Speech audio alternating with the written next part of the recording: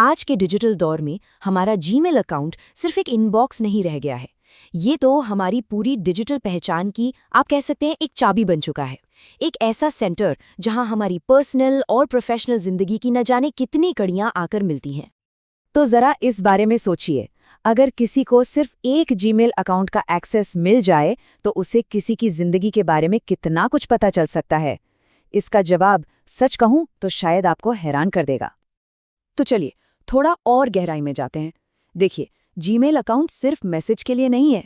ये एक मास्टर चाबी की तरह है जो लोकेशन हिस्ट्री से लेकर निजी तस्वीरों, फाइनेंशियल लेन देन और यहाँ तक कि सोशल मीडिया अकाउंट्स तक को खोल सकती है।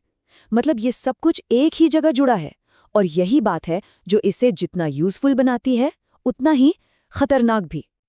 और यही कनेक्शन, यही जुड़ाव हाल ही में एक बहुत बड़ी समस्या बन गया जब एक बड़े पैमाने पर हुए डेटा लीक की खबर सामने आई।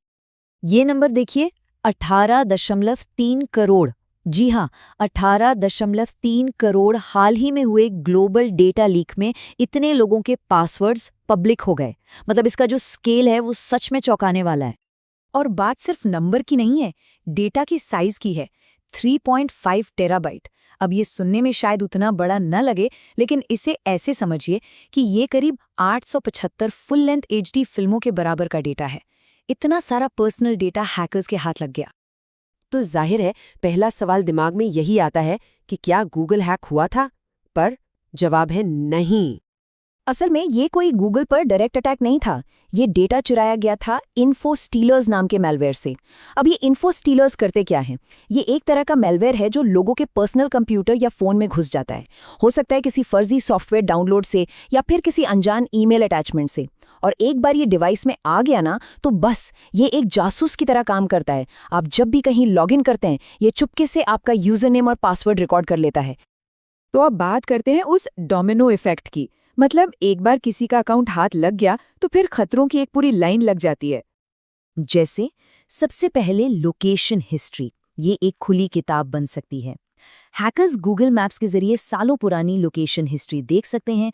कोई कब, कहाँ गया, कितनी देर रुका, सब कुछ उनके सामने होता है। जरा सोचिए, कोई अजनबी ये जान ले कि किसी के बच्चे किस स्कूल जाते हैं या ऑफिस जाने का रोज का रास्ता क्या है। ये कितना खतरनाक हो सकता है। और बात सिर्फ लोकेशन की नहीं है, निजी तस्वीरें और जो ज़रूरी दस्तावेज हैं वो भी खतरे में आ जाते हैं। गूगल फोटोज़ और ड्राइव में रखी पर्सनल फोटोज़ या सोचिए किसी के पासपोर्ट की कॉपी, बैंक स्टेटमेंट्स, ये सारी सेंसिटिव जानकारी गलत हाथों में पड़ सकती है और फिर इसका इस्तेमाल ब्लैकमेलिंग तक के लिए हो सकता है। फिर आती है फाइनेंशियल लाइफ, वो भी पूरी तरह से एक्सपोज हो सकती है। जीमेल से शॉपिंग हिस्ट्री, पेमेंट की रसीदें, कभी-कभी तो कार्ड डिटेल्स भी जुड़ी होती हैं। इससे हैकर्स को सब पता चल जाता है कि कोई कब, कहाँ, कितना खर्च कर रहा है। वो पूरी शॉपिंग की आदतों का एक प्रोफाइल बना सकते हैं और फिर उसी का इस्तेमाल करके टारगेट कर सकते हैं। और ये सिलसिला यहीं नहीं रुकता, सोशल और कम्युनिकेशन सर्कल में भी घुसपैठ हो सकती है। क्योंकि देखिए, ज़्यादातर सोशल मीडिया अकाउंट्स भी तो जीमेल से ही लॉगिन होते हैं। तो एक बार जीमेल हैक हुआ तो हैकर के लिए फेसबुक, इंस्टाग्राम या एक्स जैसे अकाउंट्स में घुसना बच्चों का खेल हो जाता है। फिर वो कॉन्टैक्ट लिस्ट तक पहुंच सकता है, दोस्तों और परिवार को फर्जी मैसेज भेजकर उन्हें भी फंसा सकता है। जैसा कि एक सोर्स में बहुत सही कहा गया है कि पूरी की पूरी डिजिटल जिंदगी एक खुली किताब की तरह हो जाती है। मतलब प्राइवेसी का पूरी तरह से खत्म हो जाना। तो चलिए अब आगे बढ़ते हैं और देखते हैं कि इससे बचा कैसे जा सकता है। अच्छी बात यह है कि अपनी सुरक्षा के लिए कुछ बहुत ही जरूरी कदम उठाए जा सकते हैं। तो सबसे जरूरी बात यह है कि कुछ कदम तुरंत उठाए जा सकते हैं। सबसे पहले haveibeenpwned.com जैसी वेबसाइट पर जाकर चेक करें कि कहीं ईमेल किसी ब्रीच का हिस्सा तो नहीं बना।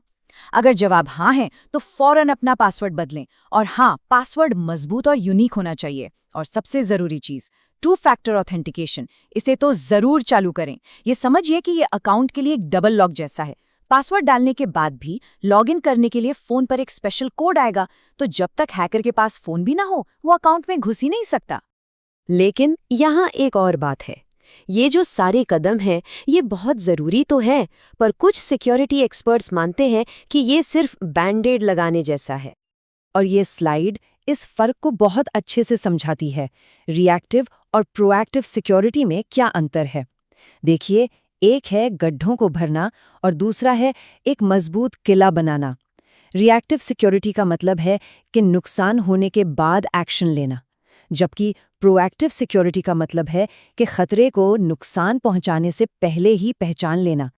तो कुछ सोर्सेज एक ज्यादा कॉम्प्रिहेंसिव अप्रोच की बात करते हैं, जिसमें ऐसी सर्विसेज शामिल होती हैं जो लगातार मॉनिटरिंग करती हैं। ये सर्विसेज करती क्या हैं? ये डार्क वेब पर नजर रखती हैं कि कहीं किसी का डेटा बिका तो नहीं, क्रेडिट की निगरानी करती हैं और कोई भी शक वाली एक्टिविटी होने पर मिनटों में अलर्ट भेजती हैं ताकि प्रॉब्लम को बढ़ने से पहले ही रोक दिया जाए। तो आखिर में सवाल यही बचता है कि जिस रफ्तार से हमारी जिंदगी डिजिटल हो रही है, क्या हमारी सिक्योरिटी भी उसी रफ्तार से चल रही है? ये एक ऐसा सवाल है जिसके बारे में हम सबको सोचने की जरूरत है।